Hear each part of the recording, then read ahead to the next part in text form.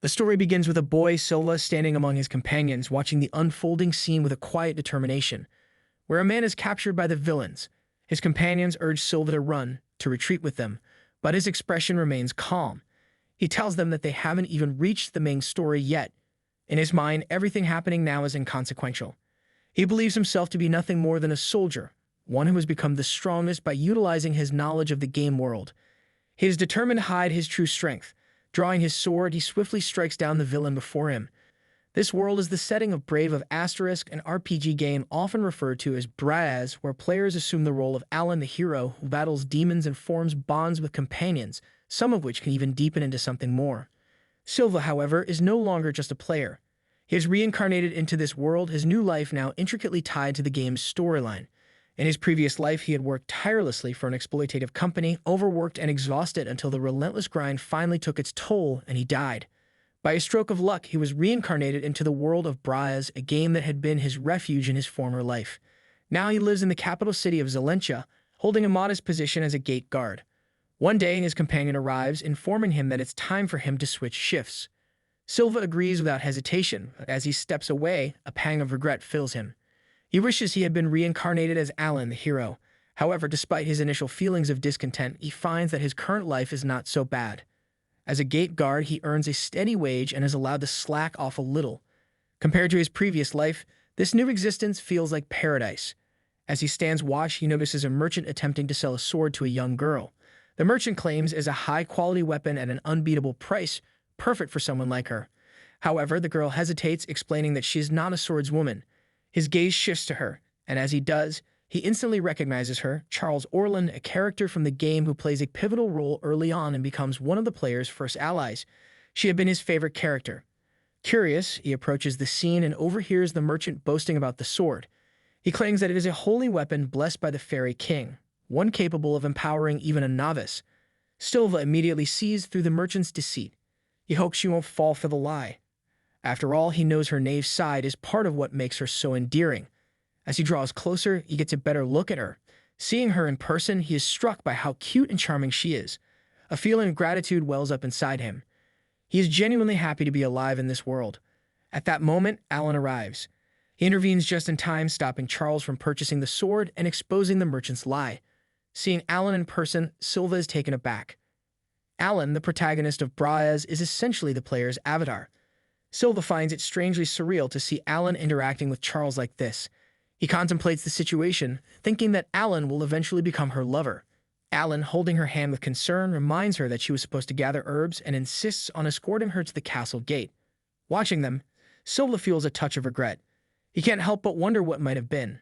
As they walk away, the merchant turns his attention to Silva. He attempts to convince him not to trust Alan's words, offering the sword at a discounted price. The merchant claims that it can turn an ordinary person into a hero. Silva remains unfazed, politely declining the offer.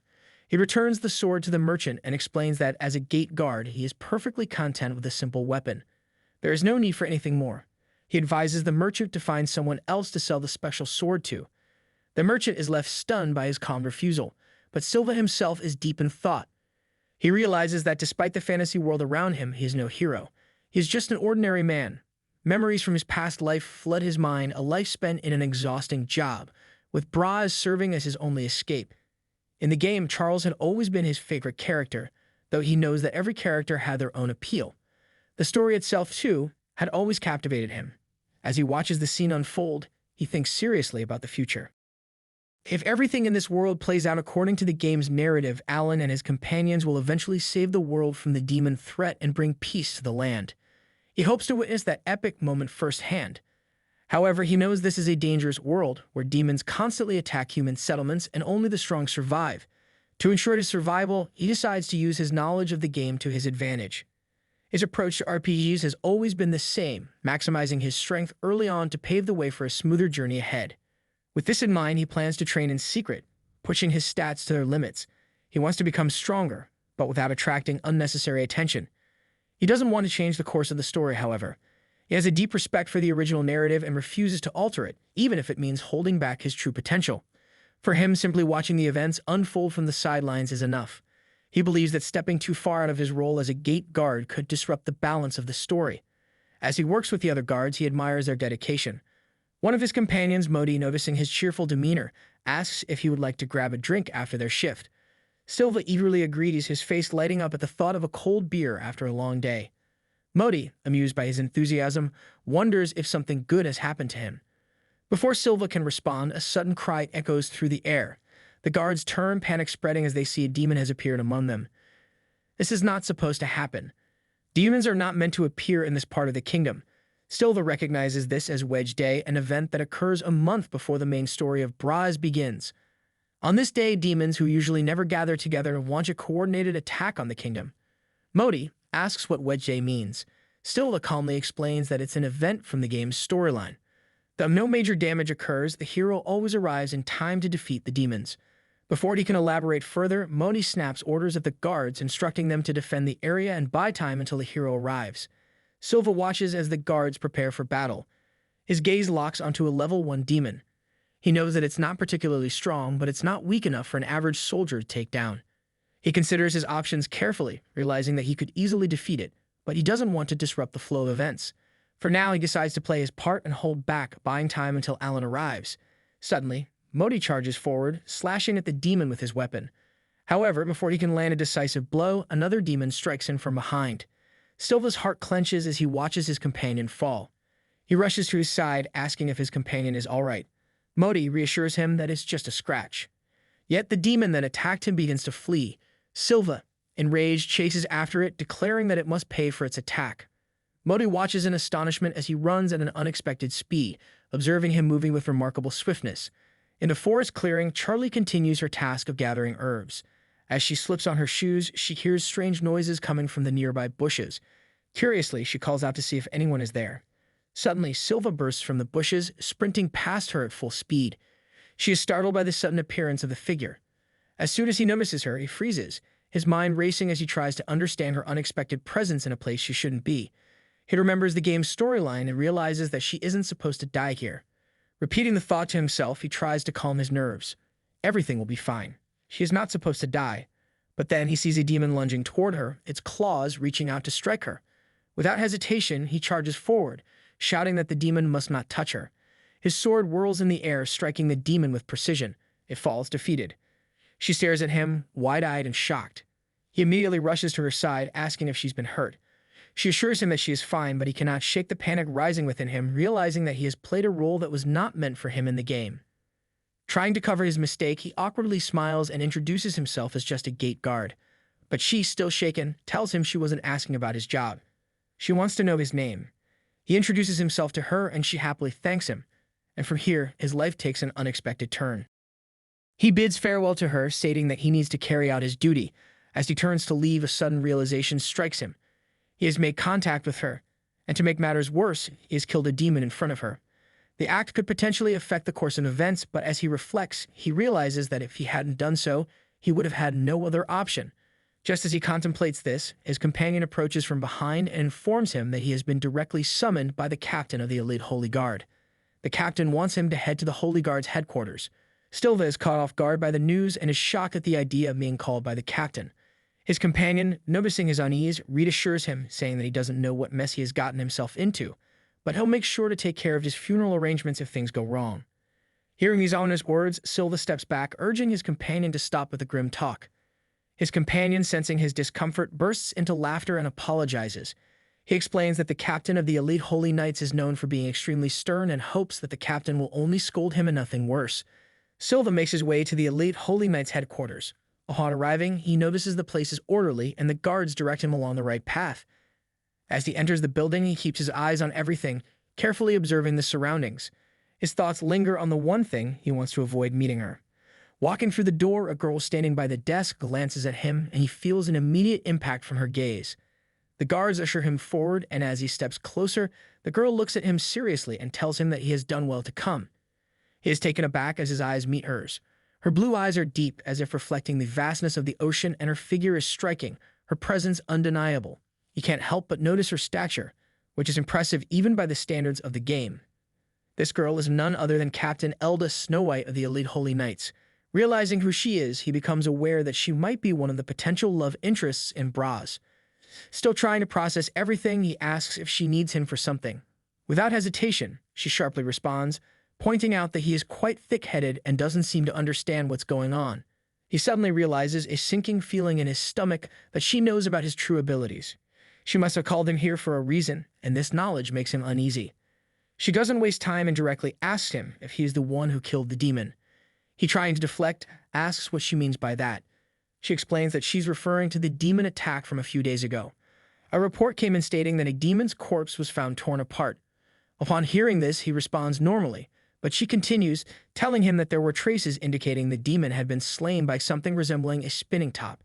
She elaborates, saying that only the captain of the Holy Knights or the hero could have executed such a feat. However, the captain was not present at the time of the attack, and she now asks who else could have defeated the demon.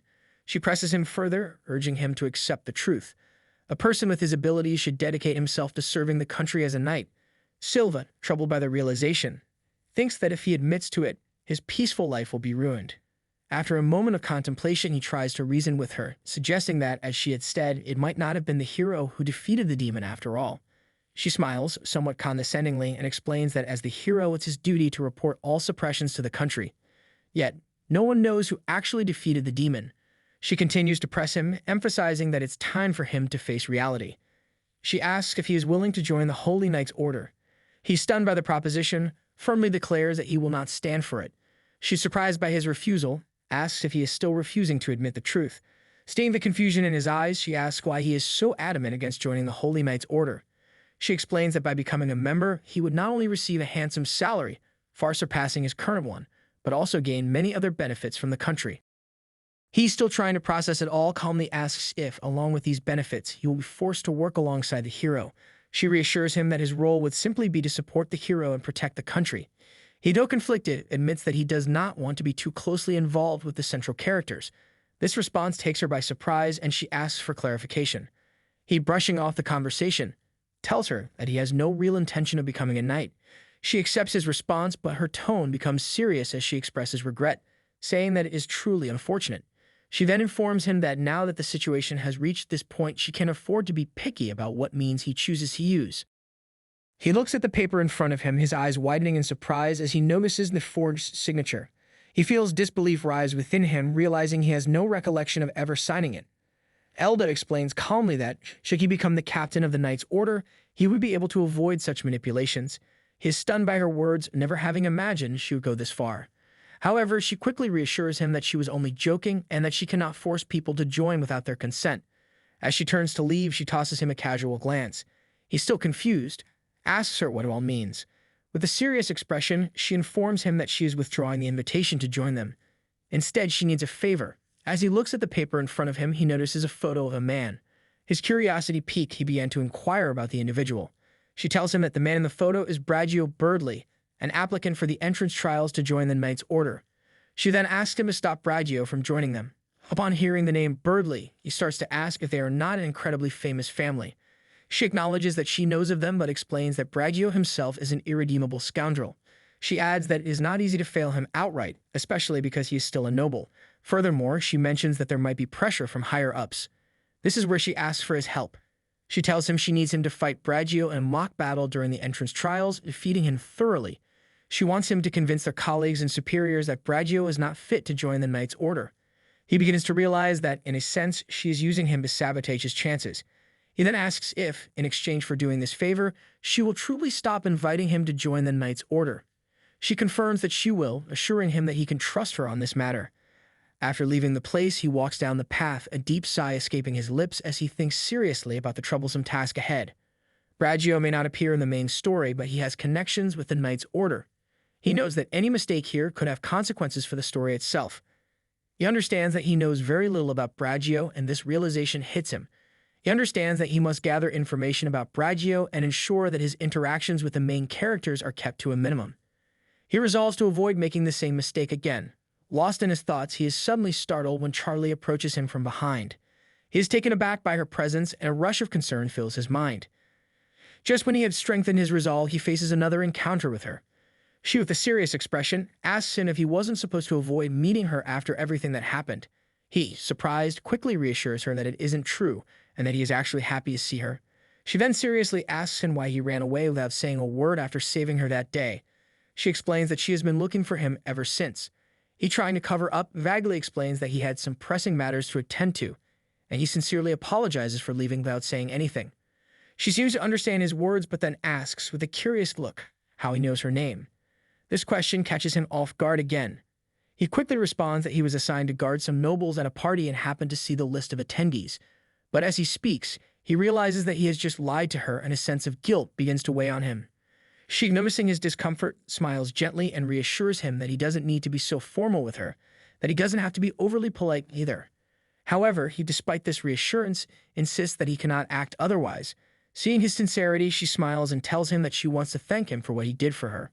He, maintaining his composure, seriously replies that he was merely doing his duty as a soldier, but she insists, telling him that she wants to repay him somehow, even offering to help with his work. Hearing this, he thinks seriously, understanding that fulfilling the wishes of a favorite person is almost a sacred duty for any fan. Yet with a smile, he tells her that he is about to conduct an investigation and asks if she would like to accompany him. After this, they arrive together in the capital city of Zalencia, specifically in the red light district. The Burley family, one of the few noble families in the country, has earned a high rank through a substantial financial contribution to the royal family. However, numerous negative rumors surround them, suggesting their involvement in human trafficking and the illegal drug trade. Given the family's prominent status, obtaining information about their frequent locations is relatively easy. As they reach the area, he realizes that, just as he had been told, this must be the place. Lost in his thoughts, he wonders if this is where they will find Bragio Birdley. Observing his thoughtful expression, she asks him seriously what is wrong. Startled by her question, he quickly reassures her that she misunderstood. Seeing his reaction, she smiles and assures him she was only joking. She then expresses her hope that they soon find the person he is searching for. He reflects on what he knows about Bragio, that he squanders his parents' money, buys alcohol daily, and spends his time drunk. Yet despite knowing this, he is unsure of where Bragio usually stays. He is certain that Bragio frequents the red light district, but wonders if they have arrived too early. As they continue walking, he becomes more self-conscious when his stomach growls.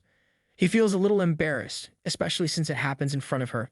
He quickly apologizes and asks if she is hungry. She nods, admitting that she too is starving. Hearing this, he suggests they look for a restaurant that serves delicious food. As they walk, she notices a pleasant aroma emanating from a nearby restaurant. She eagerly suggests they check it out. They enter the establishment, order some food, and begin eating. Watching her struggle with a large hamburger, he recalls that he had read about this in the game. Despite coming from a noble family, she has an unexpected fondness for hamburgers. He watches as she takes small bites, struggling to get good grip on the oversized burger. He realizes that for some reason, she always ends up unable to take a proper bite, which makes her look a little sad. Seeing her eat in such a unique way, he can't help but feel that she is absolutely adorable. Overwhelmed by her cuteness, he thinks that she looks so endearing that it might just make him lose his composure. After finishing their meal, she thanks him for the food and inquires about the next steps in his search. He smiles calmly and explains that it is already late and the red light district becomes dangerous at night. He decides he will continue his investigation tomorrow. As they converse, the restaurant's door suddenly swings open and a group of people walks in, approaching the manager to inquire about vacant tables on the second floor. The manager recognizes them immediately, recalling that just a few days ago, this same group had caused trouble by yelling at other customers over delays in their food order and even throwing a glass. One of them had also been harassing and flirting with the staff. The manager politely informs the group that the restaurant is currently full. However, one of the men with an arrogant tone demands to know if there are truly no spare tables. He loudly declares that he is Bragio Birdley, and his presence alone should be an honor for the restaurant. Pushing his way inside, Bragio arrogantly tells the manager that if no tables are available, she should simply make one for him. His behavior worsens as he shoves the manager, threateningly asking if she knows who his parents are. Trembling with fear, the manager immediately begins to apologize. Silva observes this scene unfold and quickly realizes that this must be Bragio, the exact type of person described in the rumors. After causing his tantrum, Bragio, losing interest in the restaurant, decides to leave for another one. But just as he turns to leave, his eyes fall on Charlie. A twisted smile spreads across Bragio's face as he approaches her. He asks, in an overly familiar tone, if she is Charles Orland. She, maintaining her composure, looks at him seriously and asks if they have met before. He, clearly trying to act charming, insists that she should not be so cold and reminds her of a noble party they supposedly both attended recently. She, keeping her composure, informs him that she does not remember any such event. Upon hearing this, his smile shifts into something more sinister. He tells her that if her memory is so fuzzy, he will simply take his time now, making sure she remembers him properly. He approaches her with a playful tone, commenting that her beauty is well known in high society and expressing a desire to get closer to her. He suggests that she leave the current place, which he deems unpleasant, and accompany him to a fine restaurant. In response, she, speaking in a serious tone, firmly tells him that she is not interested. Silva, observing the interaction, silently scolds him, thinking that he never anticipated such audacity directed toward her.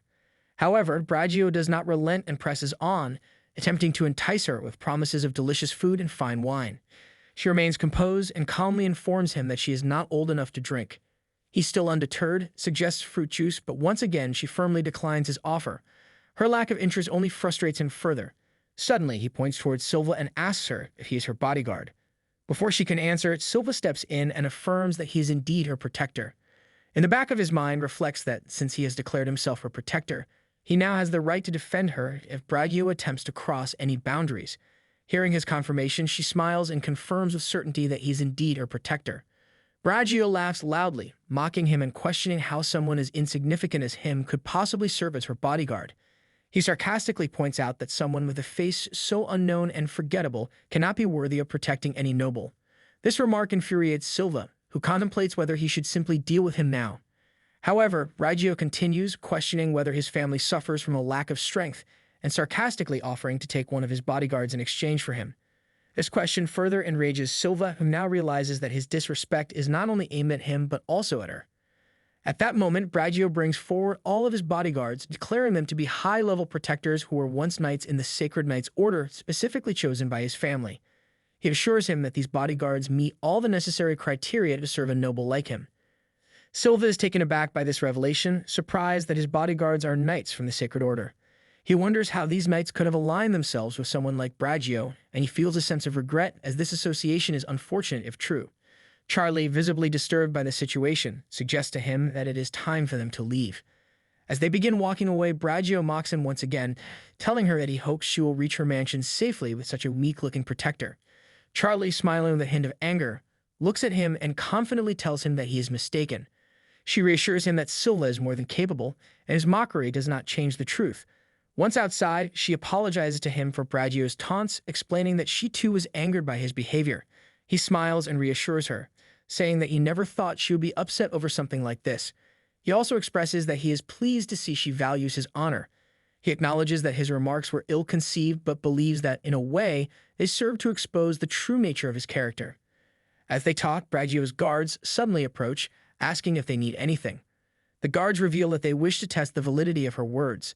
Silva, sensing an opportunity to gather more information, considers this a good chance to learn whether Bragio is attempting to manipulate the situation. He calmly agrees to comply, and the guards express their approval. He then takes swift action, incapacitating the guards with precision, leaving them in a severely weakened state. Finally, he asks the incapacitated guards if they are willing to reveal what they know about Bragio's wrongdoings. Defeated, the guards agree to divulge everything. They confess that he is involved in the sale of counterfeit medicines, blackmail, and physical abuse. They further reveal that he is an extremely despicable individual. Silva listens in shock as the guards continue, stating that what they have shared so far is just a fraction of what he is truly involved in. The guard informs Silva of Bragio's plan to find a weakness in the captain of the Knights Order and take control of the entire organization once he passes the entrance trials. Upon hearing this, he realizes the consequences. If Bragio succeeds, the Order will answer only to him, putting the lives of the townspeople at risk and corrupting the country. Determined to stop this, he knows that he must prevent the events from straying off their natural course. He turns to the guard, instructing him to keep their encounter a secret, and orders him to fabricate a false report, telling his master that he easily defeated him in this place. Charlie, seeing his strength firsthand, asks how he became so powerful, recalling that he defeated a demon earlier with ease. Silva explains that he spent many years training in the mountains, where he was constantly surrounded by monsters, pushing him to the brink of death every day. It was this harsh environment that made him stronger. She asks if she too would become strong if she trained in such a place. He reassures her and tells her that she does not need to go through such dangerous methods to become strong. He swears on his life that she will grow stronger without needing to endure the same hardships. Moved by his words, she trusts him and mentions that she is hungry. He asks if she would like to go somewhere to eat, offering to treat her. She replies with a calm smile, stating that, of course, it is the duty of wise people to treat their favorites. The scene shifts to the day of the entrance trials, marking the beginning of the 127th. The Knights leader addresses the gathered participants, explaining that the first test will be a mock fight, Opponents are chosen by lottery and only the winners will advance to the next stage. Silva watches, his mind focused on the larger picture. He knows that Bragio intends to use the trial to find ways to gather incriminating evidence against the captain and use it to take control of the order. Silva is resolute in his determination to prevent this from happening. Bragio suddenly appears, recognizing him and mocking him as the plain-looking bodyguard he had encountered before. Silva greets him calmly, admitting he didn't expect to meet him here. Bragio smirks, revealing that his bodyguards had told him everything about their last encounter. They had ensured that he was beaten so badly that he would never dare oppose him again. But seeing him unscathed, he questions whether he really received any beating at all. Silva explains that he went to the church and purchased an expensive healing potion. Bragio laughs mockingly, ridiculing him for struggling to afford such a potion. He then proudly displays his armor, crafted from the rare orichalcum ore. Soon, knights arrive, calling both of them to the center of the training grounds. As they step forward, Bragio sarcastically remarks that he never thought Silva would actually become his opponent. Silva, maintaining his composure, agrees with a polite smile. Bragio, growing more confident, approaches the examiner and asks what would happen if he accidentally kills his opponent. The examiner informs him that such an act would lead to his immediate disqualification. Bragio, clicking his tongue in frustration, turns to him, mockingly calling him a mob soldier and claiming he barely escaped from their last encounter. Without hesitation, he charges at him with his sword. Silva, standing firm, meets the charge without flinching, countering by throwing a small stone to his hand. Bragio stumbles, his sword slipping from his grasp. Nervously, he claims that his hand merely slipped. Bragio stubbornly insists that if he hadn't dropped his sword, he would have already lost. Silva smiles faintly, understanding the true situation. He is stuck in a difficult position. If he strikes with full force, he could easily kill him. But if he holds back, his armor, crafted from orichalcum, could deflect the blows. Frustrated, he demands to know why Silva isn't attacking. Silva, in a steady voice, suggests that the attack he began has not yet ended. Caught off guard, Bragio tries to justify his actions, claiming that he realized the first attack should be done by the weaker one. He then offers him the chance to make the first move this time. Silva immediately realizes that his arm is numb, preventing him from wielding his sword properly. Seeing this as an opportunity, he accepts his offer and launches a swift, forceful strike. Bragio, unable to defend, stumbles to the ground. Silva observes him, remarking that it seems he tripped. Bragio nervously agrees, pretending that it was just a stumble, but he continues to insist that he has only been lucky so far. He realizes that his physical strength alone will never be enough to match Bragio. He points to his weapon, inquiring about it. This reaction takes Bragio by surprise, and he becomes more aware that there is something unusual about him. It dawns on him that he has completely transformed. As Silva approaches with his sword in hand, Bragio feels a sense of unease grow within him. He begins to question his intentions, trying to understand what he plans to do next. Silva maintains a calm and composed demeanor, offering a small smile as he tells him that he is in fact attacking. He further adds that unless Bragio makes a move, he will not win the duel. Fear takes hold of Bragio as he nervously asks if he plans to kill him. He quickly realizes that the low-born nobles must have hired him, offering him a small sum. The thought unsettles him, and it becomes clear that he has underestimated him. Silva, remaining unruffled, inquires if he is referring to Charles. Bragio trembles, confused by the calmness he exudes. The more he observes him, the more it feels like he is facing an entirely different person. The intensity of his gaze adds to the pressure, making him feel as though Silva intends to kill him once and for all. Desperation leads him to offer Silva a deal, promising him riches greater than what Charles could ever provide. He suggests that he yield and assure him of all the wealth he could offer. Silva, anger rising, steps forward, warning him that if he values his life, he should not move any further. Bragio, in a panic, assures him that he can provide him with women far more beautiful than Charles could ever promise. Silva, now furious, warns him never to speak her name again. Without further hesitation, he attacks, delivering a powerful blow with his sword, executing the technique known as White Waterfall. Bragio, stunned by the force of the attack, can hardly comprehend what just happened. His orichalcum armor, which he had been so proud of, could not withstand the force of his strike. Silva, remaining composed, observes that it appears he has yielded. Trembling, Bragio admits his defeat. With the battle now over, Silva feels a sense of accomplishment. His mission is complete. He plans to report to Elda, knowing that this chapter is nearly finished. On the other side, all the knights go to Elda and inform her that he has won. Yet, as he scans his surroundings, he begins to sense that his actions may have drawn unwanted attention. After completing the task, he returns to the office, where Elda acknowledges his efforts. She informs him that they have successfully prevented Bragio from joining their order. Her expression remains serious as she emphasizes that despite this success, his crimes are unforgivable. Determined, she declares that they will gather solid evidence of his heinous deeds and ensure his imprisonment. He listens, and a sense of trust grows within him. He begins to seriously consider that the time has come for Bragio to answer for insulting Charlie. She then reminds him of the promise they made earlier. Since he has helped them resolve the matter with Bragio, she will no longer insist on inviting him to join the Knight's Order. He acknowledges her words with a quiet smile, expressing a sense of relief, believing that his peaceful days may finally return. Yet, her expression remains resolute as she asks him again, with clear seriousness, if he is absolutely certain about not wanting to join the Knights. He reassures her, his response calm and unwavering. She, making sure of his resolve, asks once more, her tone carrying a finality. His answer remains unchanged, his confidence evident. Her expression softens, a rare display of emotion crossing her face. She admits that she never imagined feeling this way, and tears unexpectedly gather in her eyes. He notices this and calmly hands her a handkerchief. She accepts it, briefly composing herself, and promises to wash it and return it. She then encourages him to continue his work as a gate guard, a role she acknowledges suits him. He nods respectfully before departing. As he walks away, he notices a group of knights standing nearby, their low voices and quick glances revealing that they are discussing him. He quickly deduces that his involvement in the recent matter has drawn unnecessary attention. Opting for caution, he decides to maintain a low profile for now. However, his steps pause when he overhears a fragment of their conversation about another setting of demons, the third one this month. The revelation startles him. Continuing his path, his thoughts turn toward the increasing demonic activity. He recognizes that the main story may be about to begin and suspects a connection between these incidents. At the same time, he realizes that his actions have brought him into the spotlight at a critical moment. He hopes this will not disrupt the plot's intended course. Yet he reassures himself, believing that even if his involvement causes minor changes, Alan, as the central character, will lead this world to a happy ending.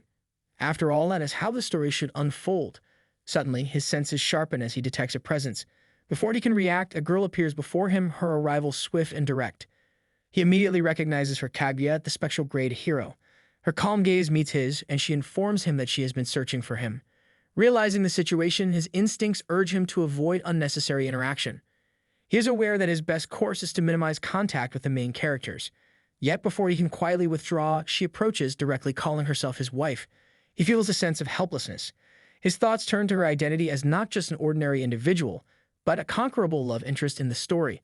She is a being of extraordinary power, the only hero recognized with the title of Special Grade. Known for her unparalleled magical prowess, she is a figure revered as humanity's ultimate weapon. Tales of her feats, such as her destruction of the level 4 demon with ease, are legendary. To most, she is a symbol of absolute strength. But to him, she is a true force of chaos, a presence both overwhelming and unpredictable. Yet her interest in him is not without reason. Just like Elda, she is aware of his true potential, a secret that has drawn her fixation. According to the story's original plot, she is destined to be Alan's soulmate. Yet here, she claims that fate has led her to him instead. His attempt to deflect the conversation is met with cheerful insistence from her. Her presence is a force of nature, impossible to avoid. Despite his clear denial of any marital bond, she continues to treat him as her destined partner. He is left with the realization that this encounter will not be easily avoided, yet he must tread carefully, understanding the influence she holds. Following this encounter, the scene shifts to the Holy Knights Order headquarters, where Elda carefully reviews the latest reports. News arrives of continued demon sightings, and it is clear that her Holy Knights have failed to suppress them. Frustration and concern cloud her thoughts as she contemplates the growing threat. Her gaze fell on the handkerchief Silva had given her, a brief sense of calm replacing her anxiety. She finds herself wishing he were here, instinctively believing he could provide a solution. But her thoughts are interrupted by a sudden commotion. Knights rush into the chamber, their expressions filled with alarm as they report a dire situation. The hero has been captured by demons. Her heart tightens with dread. Such a loss is a catastrophic blow, especially given the overwhelming number of enemies. Without hesitation, she issues swift orders, commanding all knights to fall back and regroup. Yet she stands firm, choosing to confront the approaching demons herself, determined to buy time. Despite the severity of her injuries, she does not waver. She knows that Kaguya has been called, but her arrival will take time. She focuses on thinning the enemy ranks, every strike measured with precision. Yet these are not mere level 1 demons. The appearance of level 2 demons complicates the battle. Still, she refuses to allow despair to take hold. Even outnumbered, she remains resolute. As her strength begins to wane, a demon lunges at her. Yet before it can strike, it halts. Her eyes widen as a figure steps forward amidst the chaos. He is not clad in the silver armor of the knights, but wears an old, worn-out steel armor, his presence calm and unyielding. It is Silva. Assessing the battlefield, he immediately acts. With precise, powerful strikes, he cuts down the demons that swarm toward him. His actions are swift, his gaze unwavering. Those around him, both knights and demons, are momentarily stunned. Elda watches, a mixture of relief and awe filling her. In that instant, his presence seems more radiant than any knight she has ever known. From that moment onward, her determination to recruit him into the Holy Knights only strengthens. To her, his strength is more than a personal talent, it is a gift meant to protect this world. Even if he denies it, she believes that his power is destined for the world's salvation. The following day, she arrives at the latest attack site, her expression composed but tense. A group of knights approaches, providing their report. 2 victims have been discovered, both women bearing bite marks on their bodies, their blood drained. Given the lack of traces, the knights suspect the culprit is a particularly cunning demon, likely above level 3. She listens with a calm focus, understanding the severity of the threat. Without delay, she orders all holy knights and soldiers to maintain high alert. The scout regiment is instructed to expand their search range, ensuring no escape for the demon. Finally, she commands the knights to relay this situation to others and informs them to call for Silva's immediate presence at the Knights' Order's headquarters. On the other side, Kaguya eagerly shares her excitement with Silva about their first task together. He, feeling weary, forces a reluctant smile, his thoughts drifting to how troublesome it had been just yesterday when she had persistently followed him. Now, with an official task involving a demon attack, he realizes he has stepped into a situation far more complicated than he anticipated. Soon after, he is summoned by Elda. Arriving promptly, he finds Elda maintaining a serious demeanor. She immediately begins explaining the situation, informing him that the recent incident involves a creature known as a vampire. She clarifies that this term is a commonly used alias for the culprit behind a demonic attack that recently left 2 victims. Both victims were discovered with their bodies completely drained of blood, and distinctive bite marks were visible on their necks. As she continues, her gaze shifts, and she notices Kaguya standing beside him. A brief moment of shock crosses her face as she wonders why she is present, but Kaguya, maintaining a calm and composed demeanor, remains by his side. Elda's expression hardens and her voice takes on a stern tone as she insists that Kaguya step away from him. However, Kaguya, instead of complying, moves even closer, lightly holding onto his arm. Elda's frustration grows. She raises her voice, attempting to assert control, but Kaguya remains unfazed, her expression calm and composed.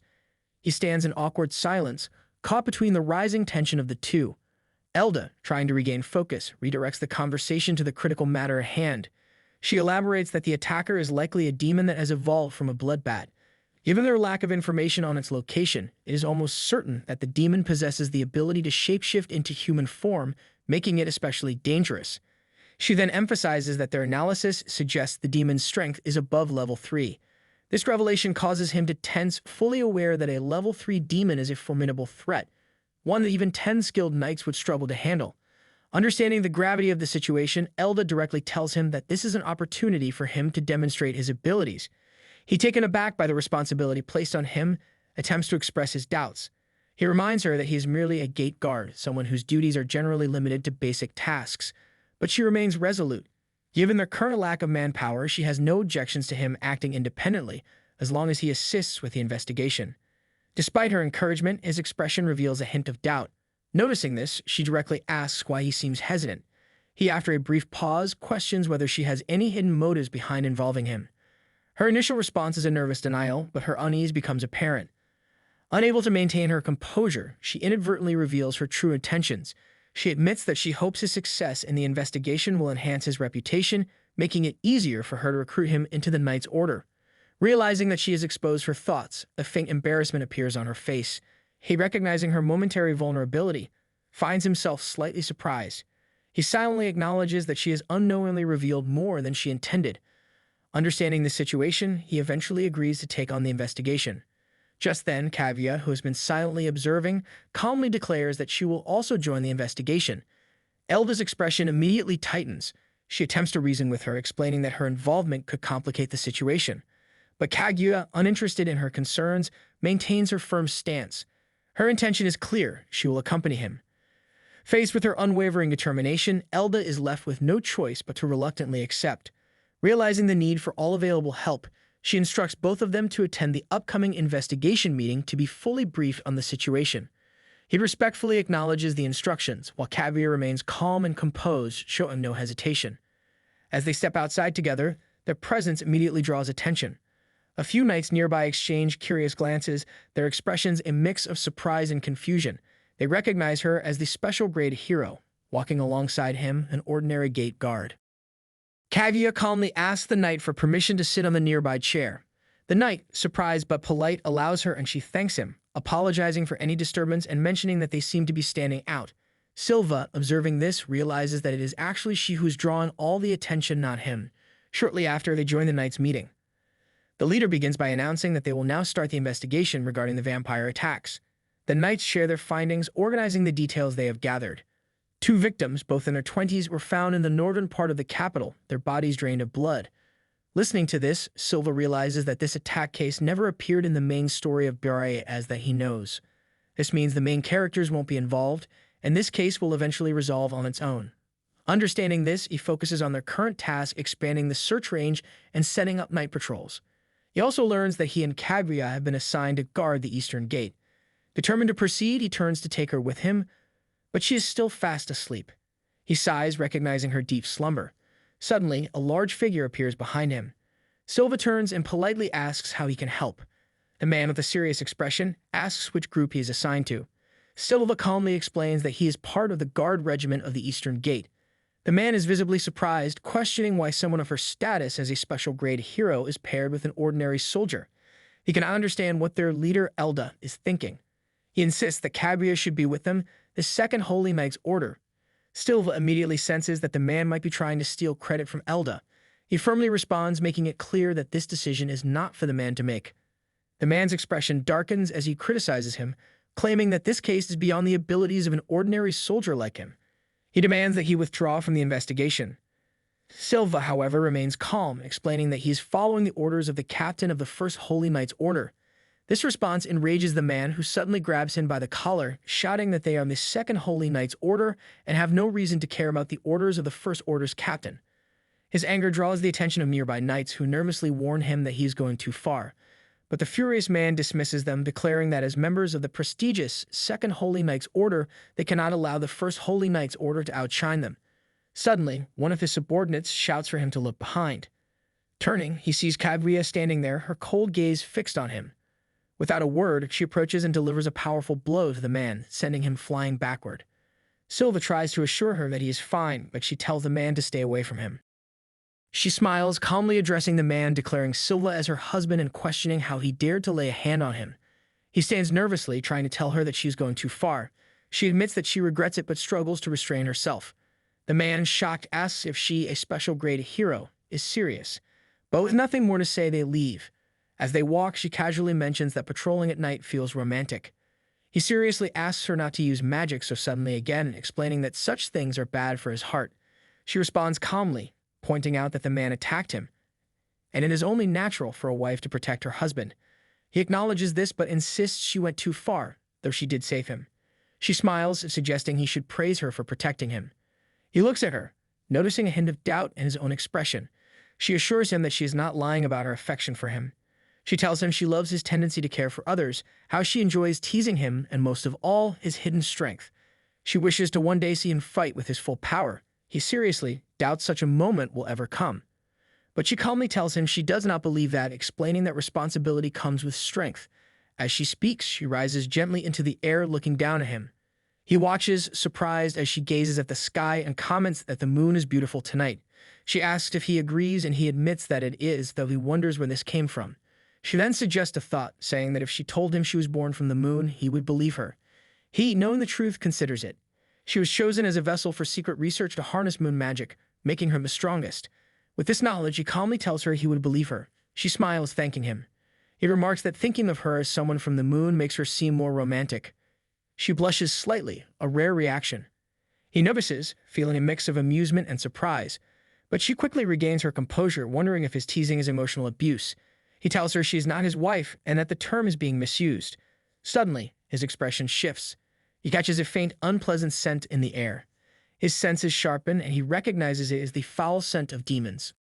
Here I am, know it's been a while. I was in denial about my love. Here I stand, I know I walked away. Had to find the person